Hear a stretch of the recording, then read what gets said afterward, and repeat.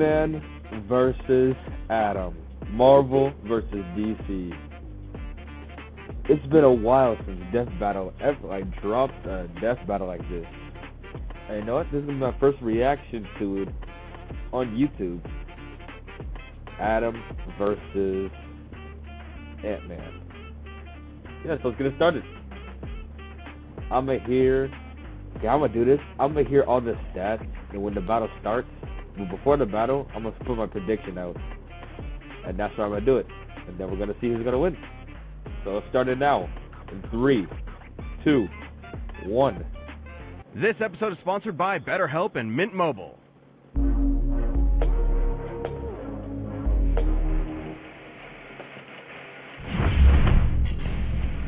Ant-Man, Marvel's founding member of the Avengers.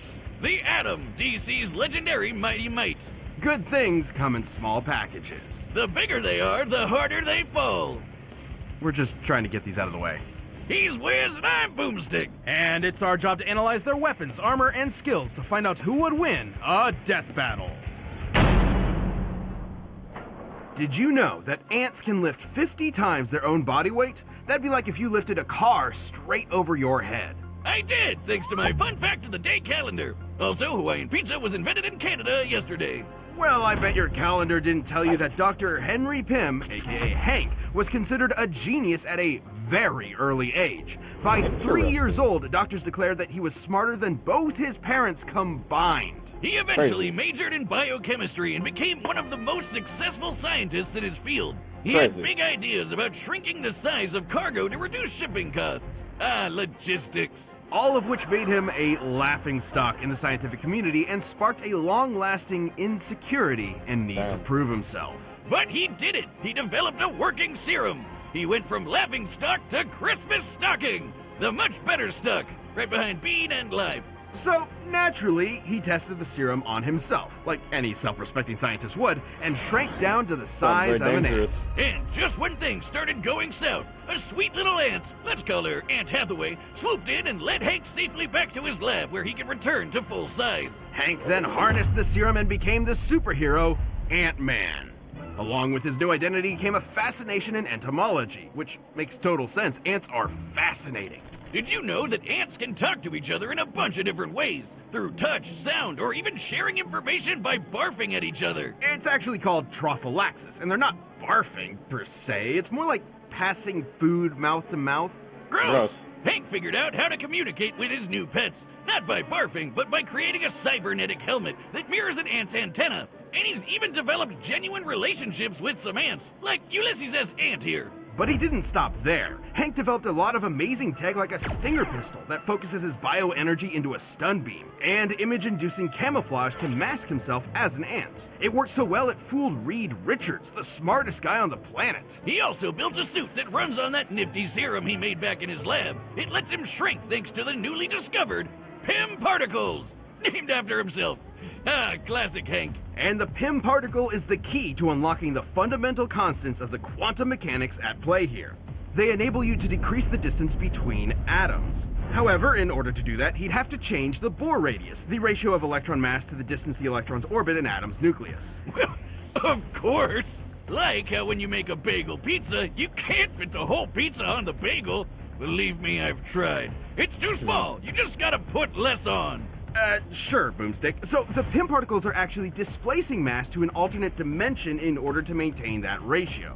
Oh, it's like having a second bagel to put the rest of your pizza on. I get it. But if that were true, he shouldn't be able to punch with full-size strength if he has less mass. And he's definitely lighter, because otherwise he'd crush the sweet ants he rides, like Vincent Van Gogh here. His mass is being replaced with massless neutrinos, but that doesn't adequately explain how he can have less mass and seemingly more mass at the same time. Sure it does, Wiz. Trust Pym and his particles. Look at the guy. He's explaining the whole thing while wearing a lab coat. What's more trustworthy than that? You're the exception. You think you understand this? Oh, of course. He's small but strong. You said something about a boar, so I guess you wanted ham on that pizza, but I already made the pizza. Will you take that coat off? No. Oh. Regardless, there is virtually no limit to Hank's ability to shrink. He can go beyond subatomic down to the underspace, a plane of existence below all realities in the Marvel Universe. And Hank has literally changed his biology. He's rewritten his own chemical makeup to prevent anyone else from changing his size. And he's used Pym particles so much, he's now got an energy field around him that lets him change the size of people or objects on the fly, through touch or by straight up firing Pym particles I in didn't know the he air. was that He's powerful. never shy about using them either. He eventually supplied his wife, Janet Van Dyne, with some Pym tech to become the Wasp, his partner in crime fighting. The two ended up rubbing shoulders with A-listers like Thor, Iron Man, and the Hulk to take down Loki. Ant-Man and the Wasp were actually the ones that captured him and pitched the idea of forming the Avengers. Unfortunately, Hank's insecurities started to creep back in, and he felt that if he wanted to keep up with the big heroes, he was going to have to think bigger. Enter a bunch of those Pym-powered alter egos like Yellow Jacket and Giant Man, where he can grow anywhere from 12 feet tall to so big he can enter the overspace, the polar opposite of the underspace. There he met Eternity, who called him Earth's Scientist Supreme. Something he won't let you forget. Hank pushed himself to these insane heights, even though he knew the strain on his body could be fatal. But he simply didn't care and kept pushing himself. Thus, his greatest and worst creation was born, Ultron. Yep, all the That's right, 10-man he did Tron create was Ultron. created by Hank, not Tony like the movies. But the mass murder bot thing turned out pretty much the same. Big swing and a miss there. The fallout from Ultron left Hank in a bad place, to say the least. His guilt made him feel like an utter failure, and that his best work was behind him. This led Hank to do unspeakable things. A real low-life Uh-oh. move. And even though poor mental health doesn't excuse this behavior, it was clear that Hank needed help. He suffered multiple mental breakdowns, endured the physical toll of the Pym particles, and had bipolar disorder that went undiagnosed for years. So Hank finally did the best thing he could. He acknowledged his problems, got the help he needed, and committed to self-improvement. And with that help, Hank slowly started making things right. He rebuilt the West Coast Avengers, gave Scott Lang his blessing to become the second Ant-Man, and finally defeated Ultron. He created a backdoor Trojan infiltration code to defeat Ultron that was so advanced it went on to replicate and evolve all on its own to create a new species made up of artificial intelligence. They don't call him the god of modern AI for nothing. Hank has showed over and over again that he's an integral part of the Marvel Universe. Not just by ways of his scientific contributions or victories in battle, but by proving that heroes come in all shapes and sizes. Alright, that was... Ray Palmer was born your average human-sized person. He grew up in the Northeast, studied physics at Ivy University, and did everything He grew... Name, Dr. Raymond Palmer. Natural height. He's 6, 183. Natural weight, 180. Damn. Has a PhD in physics. And he knows judo and gymnastics? Grew up in the Northeast, studied physics at Ivy University, and That's did a lot already. everything Mama and Papa Palmer told him to do.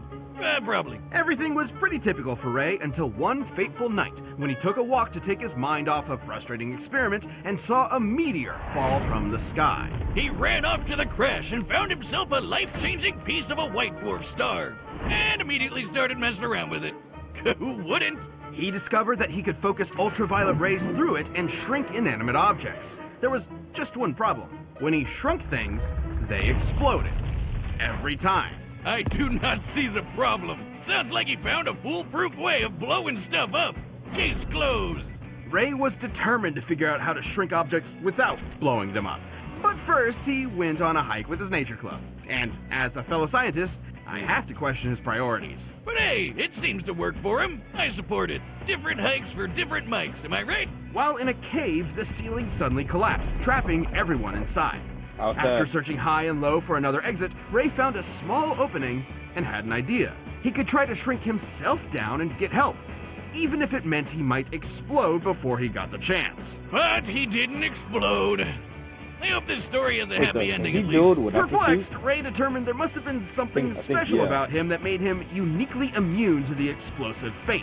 Something super scientifically convenient that we never get any more information on. So he got to work and created himself a suit to harness the power of the white dwarf star and became the Atom! Adam uses the white dwarf fragment to decrease his size while having control over his... Shrinking. Can shrink himself and others to microscopic levels through touch or via equipment. Alright. Mass alteration. Controlling his body's mass. Alright. Rearrange atoms. Damn, he can rearrange atoms? Mind manipulation? Nuclear blast? Phasing? Flight? density, He might which have makes this. a lot of sense considering that white dwarfs have the mass of a star, like the sun, but their volume is more like the Earth, making them among the densest objects in space. Just a teaspoon of the stuff could weigh up to 100 tons.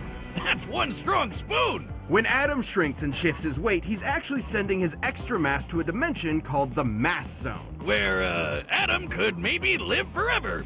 At one point, Ray's apprentice, Ryan Choi, was murdered by Deathstroke, but willed some of his mass to the mass zone and was able to survive in that dimension. So these guys can potentially cheat death, but would be stuck there without any outside help. But from one scientist to another, what's most impressive is Ray's creation of the Bio Belt. That's what allows Adam to use the power of the white dwarf and shrink while maintaining any weight, from immaterial to his full 180 pounds. There's even been times where it's stated that he was able to become almost as dense as a white dwarf star itself for a few seconds. The belt is also how he can travel through phone lines or through the air, on currents or light beams. Over time, Ray has spread out the white dwarf power to other parts of his suit, and now the bio belt acts as a utility belt for his shrunken weapons and tech. It also prevents his size or mass from being altered by any outside forces. And while he can only increase his size back to his natural 6 feet in height, his ability to shrink is near limitless. He can travel between subatomic space to the microverse, the foundation of all reality in the DC universe, where atoms become the size of planets.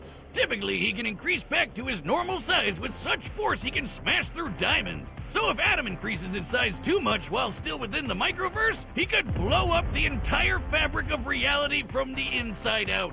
Shrinking down to that size means that he can shrink small enough to rearrange atoms themselves. Yep, Ray can take individual molecules and rapidly expand them to cook up a small nuclear blast in the palm of his hand.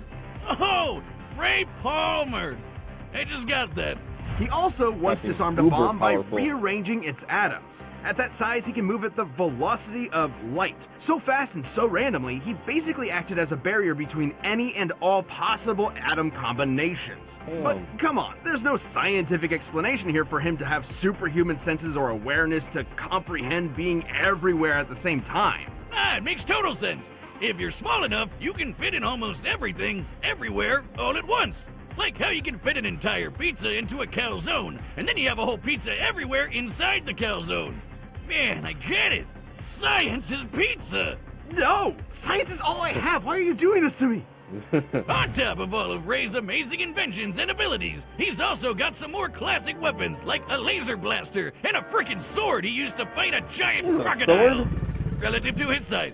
That was when Ray was believed to be dead, but was actually just stuck at 6 inches tall and stranded in the Amazon rainforest, where he encountered an alien race known as the Catarthan. And get this, he ended up leading a rebellion against their tyrant king and became the ruler of all the Kardashians. And his heroism didn't stop there. The Atom was a very well-respected hero, and was even asked to join the Justice League of America shortly after it was formed. He fought alongside Batman and his best bud, Hawkman. And you don't fight with those guys without picking up a thing or two. Impressive combat skills aside, Atom's greatest contribution to the legendary team was always his incredible mind. He once created kryptonite inside of Superman by realizing that if Wow. he gathered up Wait, he enough created Kryptonian kryptonite? protons, they would eventually become radioactive. While stranded in limbo, Atom realized that if the Flash sped up the rate of a nuclear reaction's stellar evolution to exhaust its core, they could turn a fire demon into a black hole and use it as a wormhole to get back to Earth. He's a brilliant, Okay, hard-working, smart. and determined scientist that never stops working on a problem until he's found a solution. I mean, if I figured out how to blow stuff up as well as he did, I would have stopped right there. I'm the hero that blows stuff up. Wouldn't even need to change my name. Ray Palmer lived the dream, going from research scientist to legendary superhero. He picked up the pieces presented to him and built something greater than the sum of its parts. Who knew this tiny titan with massive brains would have just as much brawn to back it up? Wow. Alright, now before the main battle starts, prediction time. I want to go with Ant-Man. because I favor him over the two, but this isn't a favorite competition. This is not a favorite competition, so I'm gonna have to go with Adam. He seems way more powerful than Ant-Man. Like, way more powerful. So, I had to go with Adam. Alright, I'm going Adam. If I'm wrong, I'm sorry, Ant-Man. But I don't think I'm wrong. Go on, Adam. Alright, the combatants are set. We've run the data through all possibilities. It's time for a death battle!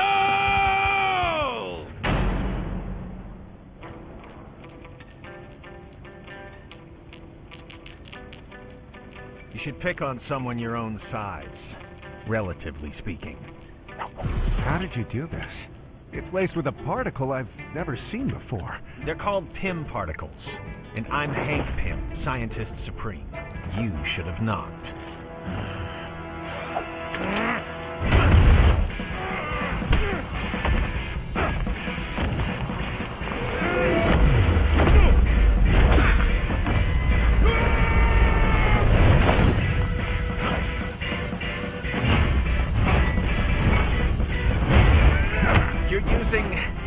Of a white dwarf star?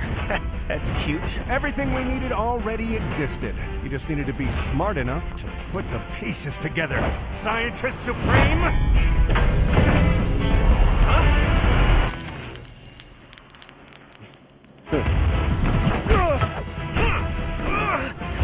Did you know that at any given moment, there are about 2.5 million ants under your feet? I mean, that makes sense, but why are you bringing that up right now? Oh, that's right, he can control ants. That's right. Forgot about that.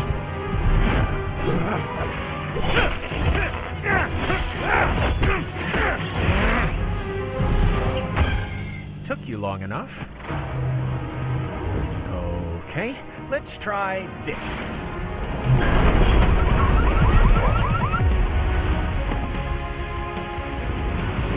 I'll hack his belt. You lay low and let me know what you find. Huh? Nice try.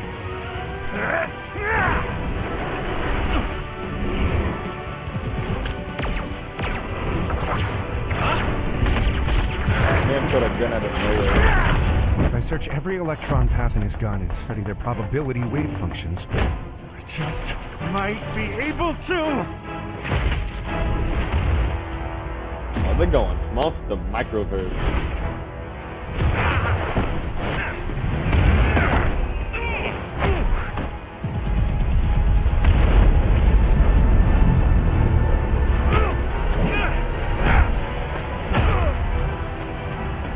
What's happening? He must be reaching his limit. If we don't get out of here quick, he's gonna destroy all of reality. Now, my pets! You have your tricks and your tools, but I created something beyond the limits of human existence.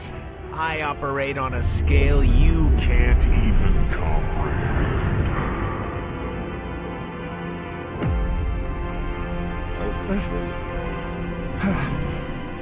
How? You can't be afraid to think big. Was I wrong?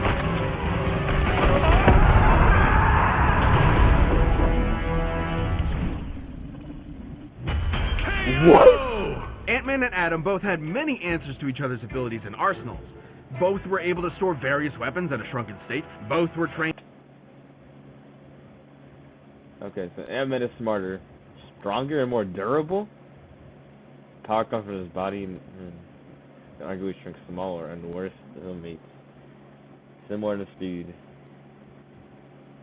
Wow, I thought Adam had this, but damn, I guess I was wrong. Damn.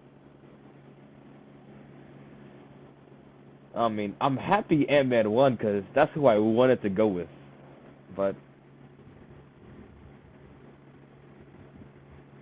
alright then, I was wrong. But at the end of the day, my boy Ant-Man won. Trained in judo, and they both could obviously keep up with each other's ability to shrink at will. So there was one small thing Adam couldn't answer to. The ants! Hank's bond with his pets lent him some small advantages, and Frey just didn't have enough anti-ant tools in his bio belt. But in Adam's defense, the fact that he could punch with a fist packed with all of his mass meant that a close-up fight while small would leave Hank with few options since he can only punch with his normal human strength. Even still, all Ant-Man would need to do is keep his dis-ants with the help of his insect confidants and devise another plan of ant-tack, something Hank has no shortage of. For instance, Ant-Man could alter Adam's size thanks to the Pym particle field he generates. Hank would just need to stall long enough to remove or disable Adam's biobelt, and he's had no trouble hacking enemy tech in the past. But even with the biobelt busted, it wouldn't stop Adam's ability to shrink, since the white dwarf power is contained throughout his suit. Destroying the belt only meant that Ant-Man could alter Adam's size. Whereas Hank has literally rewritten his own biology to prevent outside size alteration. I think they should have And while went Adam's more abilities into are definitely impressive, Ant-Man, they are because limited. It sounds like they and were. Ant-Man It sounds like they were giving way more stats to Adam, because it didn't feel like they were doing giving too much to Ant-Man. That's why I went with Adam. simply aren't, at least by comparison. Hank could always match Ray's Should've put size his or just stats take up the first. fight to the overspace where he would have the edge, both physically and mentally. The overspace can mess with the human Or mind, did they? but we've seen that Hank can handle it. But if the Scientist I'm not Supreme paying is attention really enough. so smart, why didn't he just immediately go up Adam's butt and blow him up from the inside? What's wrong with you, Wiz? Aren't you a fellow man of science? This is the meanest thing you've ever done to me. Adam sized up Ant-Man, but in the end, he was the one who had to say, Uncle. The winner is Ant-Man. Thanks for watching. Stay tuned. We have a new All right, Death then. Battle releasing every 2 weeks this year. And click the Let's join go. button to get new Ant-Man parts and won, extra even content. though I was Planet wrong. level members even see Death Battles before let's anyone see what's else, coming up so next. don't miss out.